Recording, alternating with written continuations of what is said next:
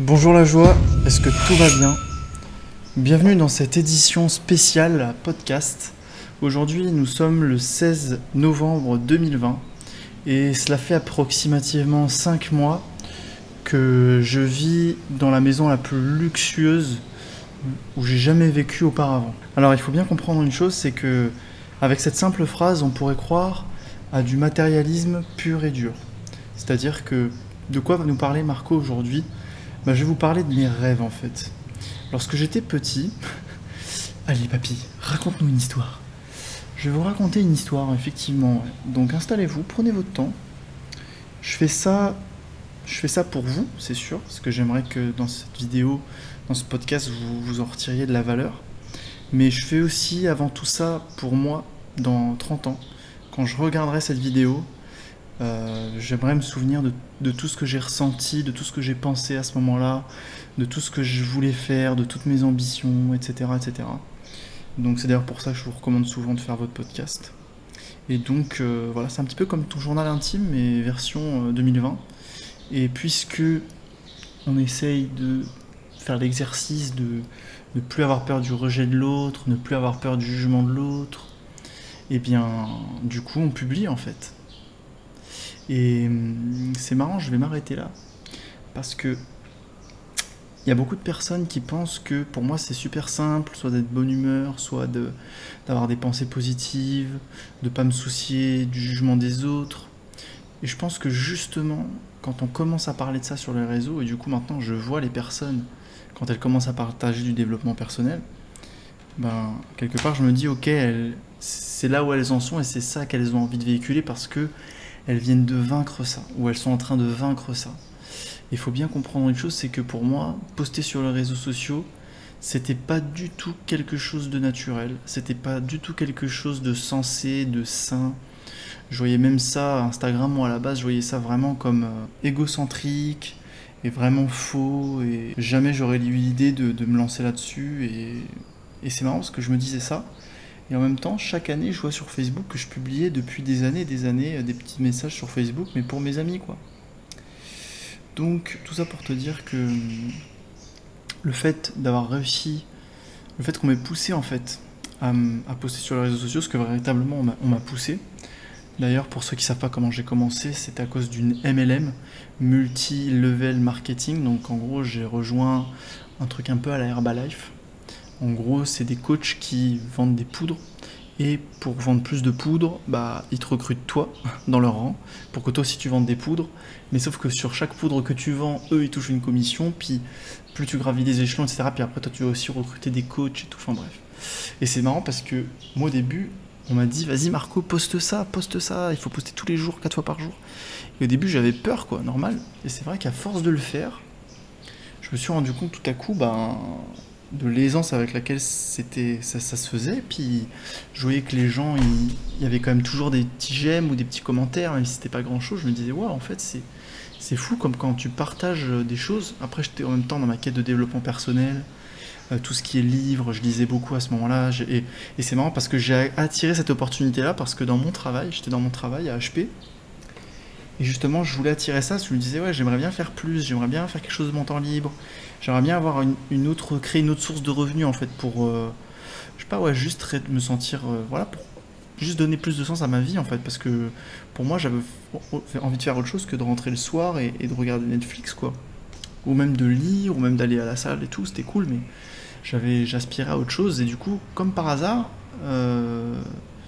je sais pas pourquoi, j'ai commencé Instagram un petit peu, j'avais été un petit peu dessus pour mettre quelques petites photos histoire de dire quoi. Et je suis tombé sur une story de quelqu'un qui proposait un métier de coach. C'est marrant.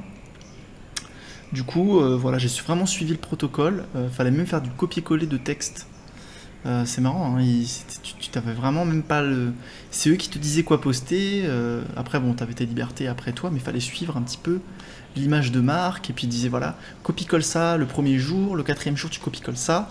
Puis toi, après, tu pouvais broder un petit peu autour quand même, hein, mais grosso modo, c'était ça l'histoire. Donc du coup, je me suis un peu lancé comme ça. Et franchement, j'avais l'émiquette. J'avais la peur bleue, j'avais peur. ça me crée de l'anxiété, ça me crée du stress parce que j'avais peur du jugement des autres. J'avais peur que, en plus, je venais de déménager à Barcelone. J'avais peur que mes amis ils se disent mais qu'est-ce qu'il fait Marco? Parti en sucette le mec, il se prend pour qui? Enfin, à cette époque-là, j'étais tellement soucieux du regard des autres, c'est vraiment fou quoi. Quand j'y pense, à quel point j'avais peur de ça quoi. Et à quel point j'avais envie d'être accepté. Et à la fois, quand j'étais avec mes amis, je me sentais moi-même, j'avais plus peur du tout quoi. C'était juste par rapport au réseau, je pense. Et puis, voilà, le fait d'être trop arrogant, je pensais que c'était trop arrogant de poster comme ça sa vie, de se montrer, de quel droit. Et puis ça pourrait intéresser qui vraiment? Enfin, tout le monde, tout le monde sait qu'il faut carburer à la pensée positive. Enfin, je me disais un petit peu ça, entre guillemets. C'est vrai qu'au début, j'étais un peu naïf parce que je disais, moi, j'y connais rien. Donc, de quel droit, moi, je vais donner des conseils, même de sport, de développement personnel, alors que, bah, finalement, j'y connais rien, quoi. Donc, c'était un peu étrange, quoi. Et voilà. Donc, j'ai fait un petit peu ça. Et puis, ça m'a mené petit à petit, à un moment, au végétalisme, quoi. Du coup, j'en suis reconnaissant hein, de ça. C'est ça qui m'a mené au végétalisme, c'est vraiment le rompre les barrières une à une et me dire ok vas-y je vais essayer de faire ça. Et puis j'ai découvert Guérivi aussi, Guérivi qui m'a vraiment beaucoup aidé dans les 2 années après qui ont suivi.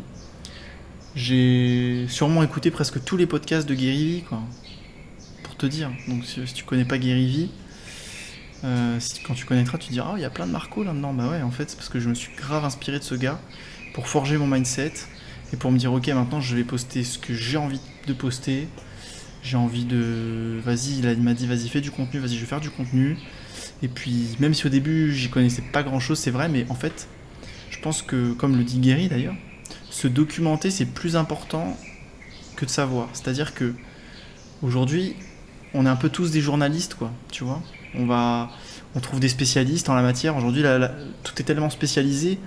C'est difficile pour toi d'être un vrai spécialiste dans un domaine, tu vois. Je veux dire, rapidement, c'est impossible, quoi. Du coup, si tu as envie de démarrer, ben, attends pas d'être un expert. Deviens un expert et montre ta route pour devenir un expert. Et c'est ce que j'ai fait, en fait. J'ai commencé à lire des articles. Je me suis dit, tiens, ça, je pourrais le résumer en infographie. J'ai commencé à m'inspirer un petit peu de comptes américains aussi, de voir ce qu'ils faisaient. Ah ouais, ils proposaient des recettes comme ci, comme ça. C'est cool. Et j'ai commencé à poster tranquillement. Et voilà, tu vois, j'avais pas du tout prévu de parler de ça, mais tout ça pour te dire que je pense que je suis une des personnes les plus sensibles et susceptibles au jugement des autres, et pourtant j'en ai fait ma force. Donc si moi j'ai réussi à le faire, bah toi tu peux le faire aussi, tu vois. Tu peux y arriver et tu peux surpasser tout ça en suivant un protocole, en suivant des personnes hyper inspirantes et positives.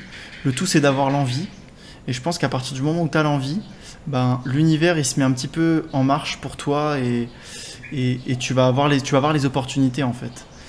C'est pas qu'elles n'existaient pas avant, je pense pas, c'est juste que on n'est pas capable de les voir au début. Tu vois, si j'avais pas eu l'envie de me dire vas-y j'aimerais bien faire autre chose de mon temps libre, avoir une source de revenus, etc. Peut-être que j'aurais vu la story, mais mon conscient ne l'aurait pas vu. Tu vois ce que je veux dire? Mes yeux physiquement l'auraient vu, mais je l'aurais pas regardé. Tu vois ce que je veux dire? Tu vois la petite nuance, la petite différence.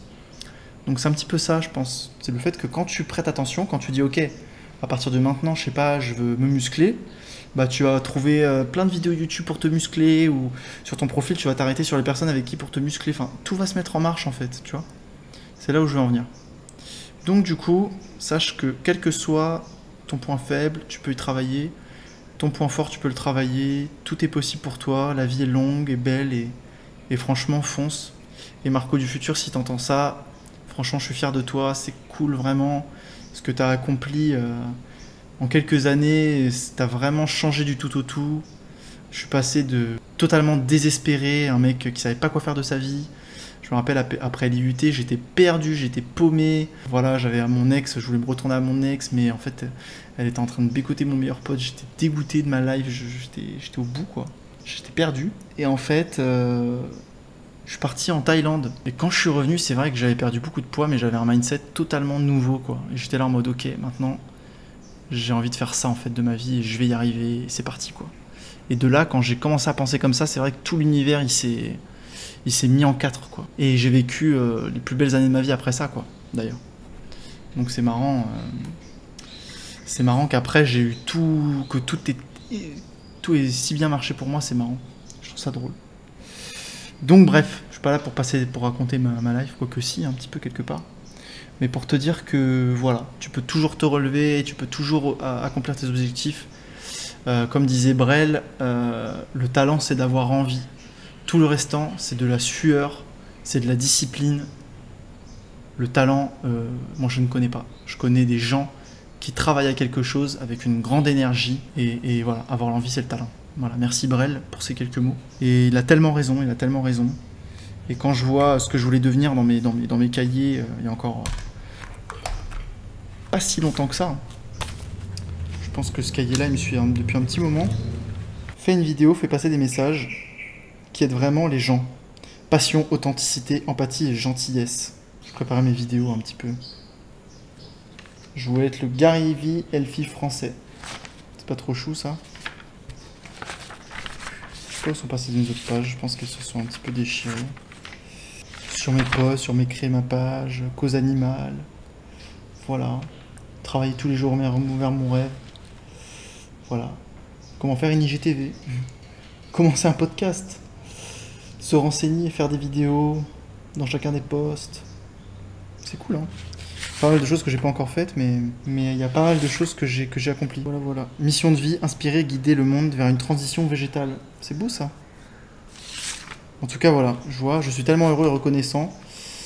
Je veux influencer les gens à travers le monde grâce à des vidéos, à la fois drôles, originales, avec un message profond de remise en question, dans le respect, la bienveillance et la répartie. J'illumine le monde de mon énergie solaire, rien que ça, Marco. Podcast, interview, livre, je veux que les gens me contactent pour collaborer avec moi. Je vends des millions de livres, inspirés grâce à du contenu top qualité. Je veux être un riche influenceur libre d'aller où il veut. Donner des conférences pour inspirer, guider le monde vers sa transition végétale. Je suis solaire, énergie, et ce destin m'appelle, je vais le réaliser. Rien que ça, Marco. Intéressant.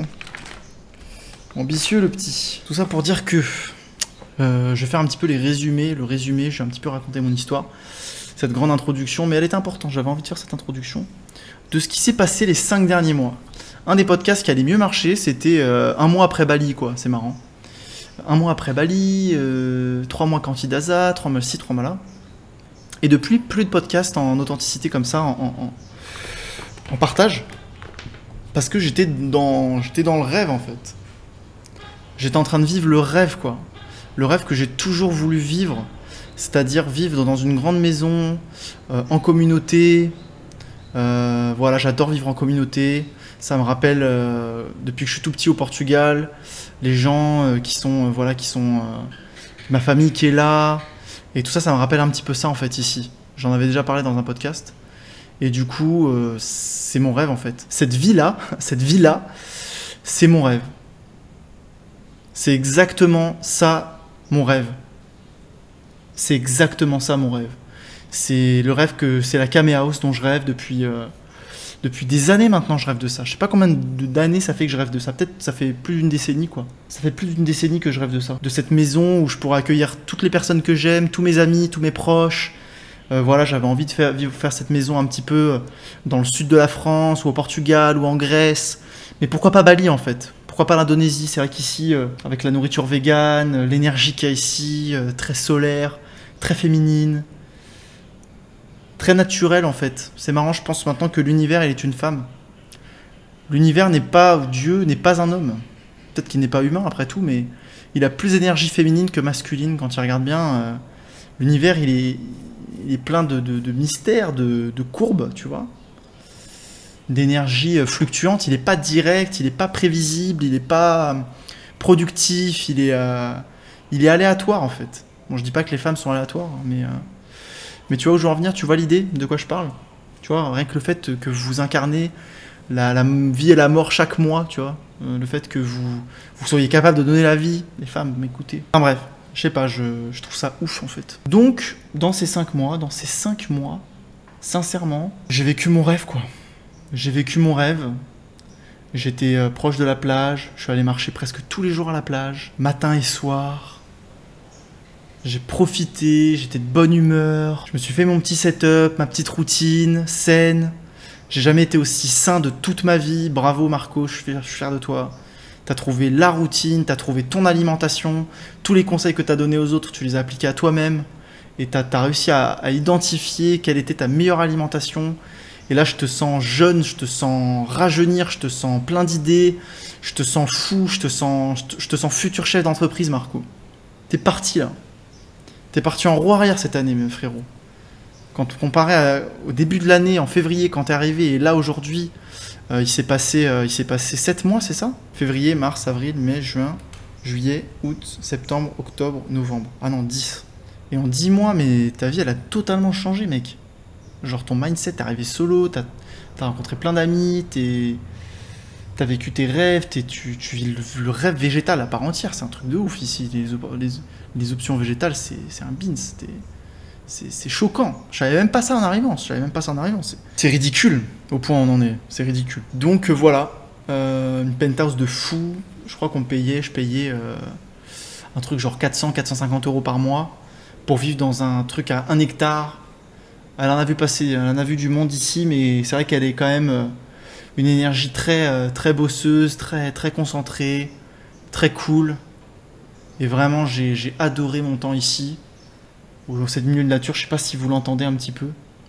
Tous ces sons naturels, c'était juste un bonheur d'être ici, un bonheur à vivre. C'était incroyable. J'ai adoré vraiment. Trêve de plaisanterie. Voilà, vis tes rêves à fond, vis tes rêves à fond. Vis tes rêves à fond. Qu'est-ce que j'ai appris d'autre ici?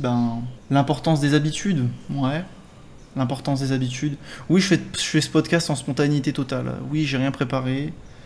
Et voilà, j'ai envie. Qu'est-ce que j'ai appris ici vraiment? C'est simple. C'est marrant parce que j'ai noté en fait, j'ai commencé à mettre en place un bilan à la semaine.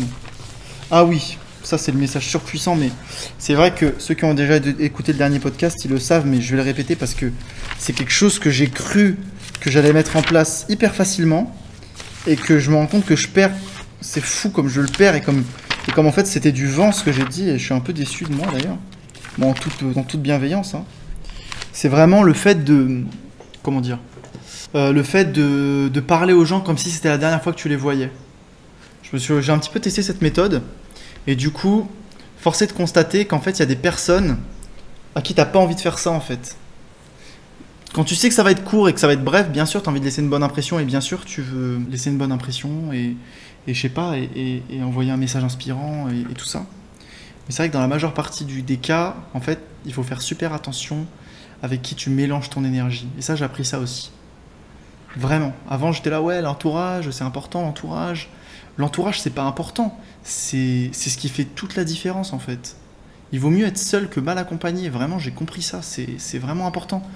Avoir des conversations insipides et inutiles et qui n'ont pas de profondeur, qui ne sont pas authentiques, ça te nourrit pas, en fait. Et du coup, même si j'adore les gens, j'adore passer du temps avec les gens, et je pense que j'ai des moments, en fait, où j'ai envie de me promener, j'ai envie d'aller parler, j'ai envie d'aller danser, j'ai envie d'aller voir tout le monde et tout, force est de constater que la majeure partie du temps, il y a des gens qui vont venir et qui vont m'embêter quelque part, et je vais avoir envie de couper court à cette conversation, en fait. La plupart des gens, en fait. Il y a une très infime... Plus ça va, il y a une toute petite partie des gens que j'accepte, en fait, dans ma vie, et à qui j'accepte de donner mon énergie, parce que c'est hyper important, en fait. Et ce qui arrive aux autres, c'est pas ta faute. Moi, j'avais le syndrome du sauveur. Je m'en suis voulu pendant des années. Je pense que je m'en veux encore si j'y pense beaucoup. À mon pote Nico. On était en DUT ensemble.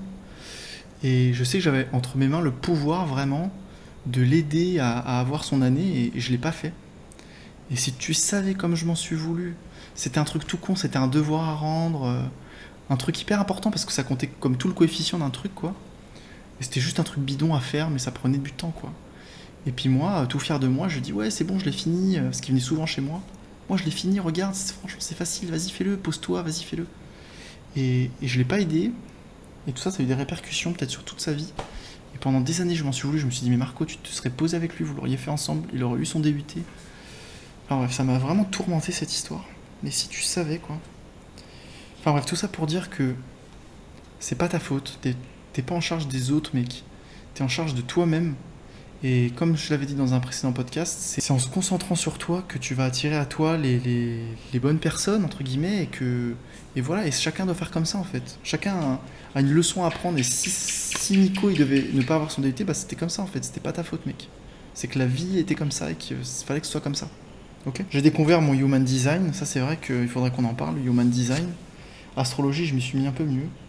Bah tiens, c'est le premier bilan de la semaine. Manifestor. Explique bien aux gens pourquoi ils doivent faire des trucs pour qu'ils le fassent. C'est vrai. Parce qu'en fait, moi, je suis Ego Authority en Human Design. Si t'as toujours pas fait ton Human Design, je te mettrai le lien en dessous. Et j'en ai appris beaucoup sur moi-même. Et en fait, je suis Ego Authority, Manifestor Ego Authority. Et du coup, en fait, moi, je manifeste, ok, ça j'ai compris. Mais en fait, il faut que j'explique aux gens. Si je veux que les gens fassent des choses, il faut que je leur explique pourquoi ils doivent les faire. Et là, ils seront plus enclins à les faire. Je ne peux pas dire aux gens, fais ci, fais ça. Ça marche pas comme ça. Voilà, prends du temps pour soi. Dire la vérité. Utiliser le chakra de la gorge pour manifester. L'organisation, c'est sexy. Quand tu croises des gens, profiter à 100%. Être relax, tout vient à toi. Seul toi peut te faire ressentir des choses négatives. Profite à fond. Donc ça, bilan de la semaine 1. Bilan de la semaine 2. Méditation avancée. Petits produits, vie équilibrée. Profiter à fond. Ça revient souvent ça. La gentillesse, c'est l'ultime pouvoir, c'est la vie à exploiter. Faire le bien. C'est marrant, j'ai un truc, chérir ce qui compte, appeler ma famille, dire la vérité encore. Vivre comme si c'était la fin. Action hors du commun tous les jours, avoir une super morning, ouais, une super routine, je m'étais dit ça. Tous les jours, je fais une vidéo YouTube, je m'étais dit ça. Contenu spontané et intuitif. Faire plus de contenu, quoi. Une vidéo par jour, tu vois. Je vais faire une vidéo par jour. Enfin, ouf. Je pense que c'est jouable. Hein.